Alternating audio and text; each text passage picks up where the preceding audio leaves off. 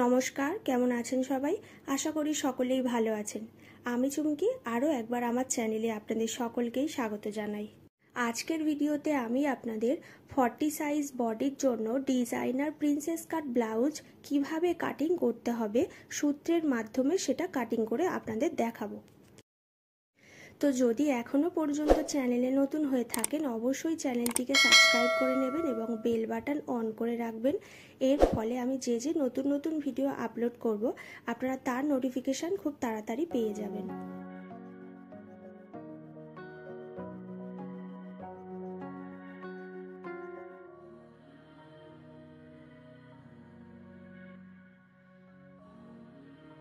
তো এটা হচ্ছে মেন কাপড়, এই কাপড়টা থেকেই কিন্তু ডিজাইনার ব্লাউজটি বানানো হবে।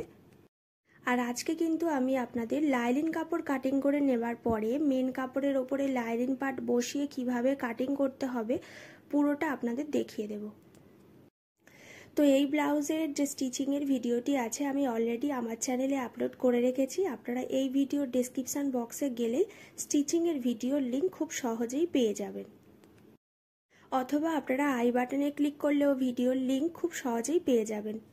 তো প্রথমেই আমি এখানে ব্যাক পার্টটাকে কাটিং করে দেখাচ্ছি। ব্যাক পার্টে যেহেতু হুক পট্টি হবে সেই কারণে হুক পট্টির জন্য আমি 1/2 ইঞ্চি এক্সট্রা রাখবো। তো এখান থেকে লম্বার মাপ নিয়ে নিলাম 16 ইঞ্চিতে। আমার এখানে ব্লাউজের লম্বা আছে 15, তার সঙ্গে 1 ইঞ্চি আমি এক্সট্রা মার্জিন নিয়েছি। এরপর পুটের জন্য আমি এখান থেকে 5.5 ইঞ্চিতে দাগ দিচ্ছি এবং আর্ম হোলের জন্য 6 ইঞ্চিতে দাগ দিয়ে দিচ্ছি। ছাতির মাপ নিতে হবে। ছাতি আগেই বলেছিলাম 40 ইঞ্চি, 40কে 4 ভাগ করলে হবে 10। তো প্রথমে 10 ইঞ্চিতে দাগ দেবো, এরপর 2 ইঞ্চি এক্সট্রা মার্জিন রাখবো। আর্ম হোলের জন্য এখান থেকে 1.5 ইঞ্চি ওপর থেকে একটা শেপ দিয়ে দিচ্ছি। কোমরের মাপ এখানে আছে 40 ইঞ্চি, তার 4 ভাগ হচ্ছে 10। যেহেতু এটা ব্যাক পার্ট কাটিং করছি তো টেকিংয়ের জন্য আমি এখান থেকে 1 ইঞ্চি এক্সট্রা রাখবো এবং 2 ইঞ্চি এক্সট্রা মার্জিনের জন্য রাখলাম। গলার চওড়ার মাপটা এখান থেকে আমি নিয়ে নিচ্ছি 2.5 ইঞ্চিতে এবং ব্যাক পার্টের পিঠের ডিপটা এখান থেকে আমি রাখছি 10.5 ইঞ্চি। আপনারা যদি চান 1/2 ইঞ্চি কম বা বেশি নিয়ে নিতে পারেন। পিঠের ডিপ অনুযায়ী কিন্তু সবসময় পুটের মাপ নেওয়া হয়। আমি এখানে পিঠের ডিপটা রেখেছি 10.5 ইঞ্চি, সেই কারণে পুটের মাপটা নিয়ে নিয়েছি 5.5 ইঞ্চিতে। এখান থেকে চওড়াটা আমি নিয়ে নিচ্ছি 3 ইঞ্চি। এরপর ওপর থেকে একটা স্ট্রেট লাইন কেটে এখান থেকে একটা রাউন্ড শেপ দিয়ে দেব। আপনারা যদি চান ব্যাক পার্টটা থেকেও কিন্তু ফ্রন্ট পার্টের মাপটা নিয়ে নিতে পারেন। আমি কিন্তু এখানে আলাদাভাবে কাটিং করে দেখাচ্ছি।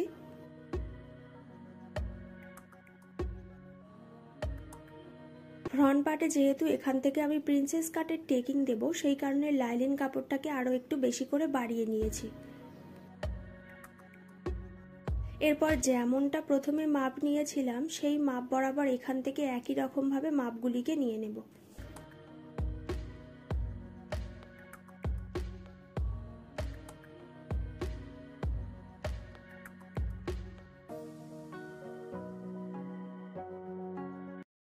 তো এখান থেকে যে আমি লাইলিন কাপড়টা এক্সট্রা রেখেছি, তো এই এক্সট্রা কাপড়টা কেন নিয়েছি সেটা আপনাদের এখান থেকে বুঝিয়ে দিচ্ছি।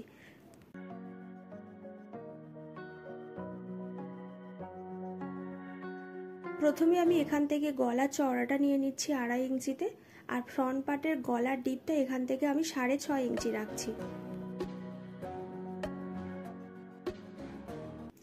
এরপর পিঠে যেমন ডিজাইন কাটিং করেছিলাম এখান থেকেও ঠিক একই রকমভাবে রাউন্ড শেপের ডিজাইনটা কাটিং করে নিয়েছি।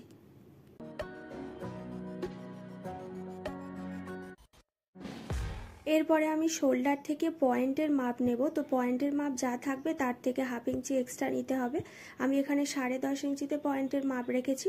এরপর এখান থেকে আমি কাপ সাইজ নেব। তো কাপ সাইজ নেবার জন্য যা ছাতি থাকবে তাকে 10 ভাগ করব, তার 1 ভাগ এখান থেকে নিয়ে নেব। আমার এখানে ছাতি আছে 40, তাকে 10 ভাগ করলে হবে 4। তো আমি এখান থেকে 4 ইঞ্চিতেই কাপ সাইজের জন্য দাগ দেব। কোমরের কাছেও 4 ইঞ্চিতে দাগ দিয়ে এই দুটো পয়েন্ট এইভাবে মিলিয়ে দেব। এরপর পয়েন্ট থেকে আর্ম হোলের কাছে এইভাবে একটা রাউন্ড শেপ দিয়ে দিতে হবে। যেহেতু আজকে ব্লাউজটা প্রিন্সেস কাটে কাটিং হচ্ছে, তো প্রিন্সেস কাটের কাটিংয়ের ক্ষেত্রে এই যে দাগ দিয়েছি, এই দাগ বরাবর কিন্তু কাপড়টাকে কাটিং করতে হবে। তো কাটিংয়ের পরে যখন আমি সেলাই করব, তখন সেলাই মার্জিনের জন্য আরও 1/2 ইঞ্চি কাপড় আমার এক্সট্রা লাগবে, সেই কারণে এখান থেকে 1/2 ইঞ্চি বাড়িয়ে নিলাম।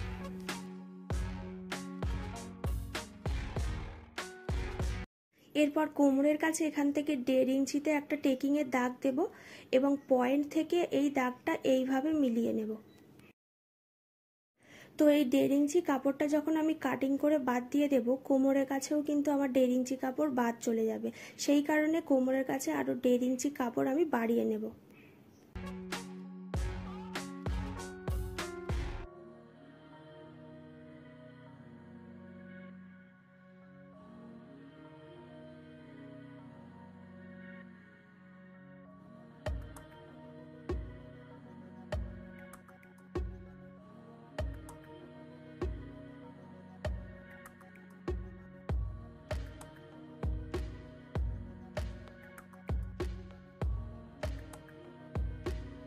আমি আগেই বলেছিলাম ব্লাউজটা একটু ডিজাইনার হবে, সেই কারণে মেন কাপড়ের ওপরে লাইনিং পার্টটাকে রেখে আমি কাটিং করে আপনাদের দেখিয়ে দিচ্ছি। তো আমি এখান থেকে এইটুকু কাপড় কুঁচির জন্য এক্সট্রা রাখবো।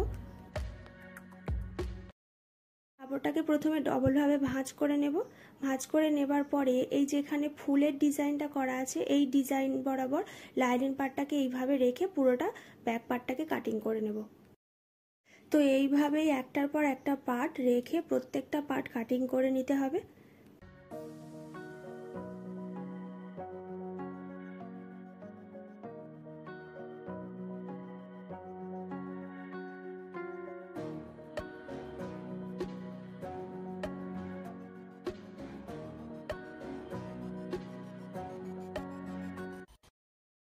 তো প্রত্যেকটা পার্ট আমি মেন কাপড়ের ওপরে বসিয়ে নিয়ে কাটিং করে নিয়েছি।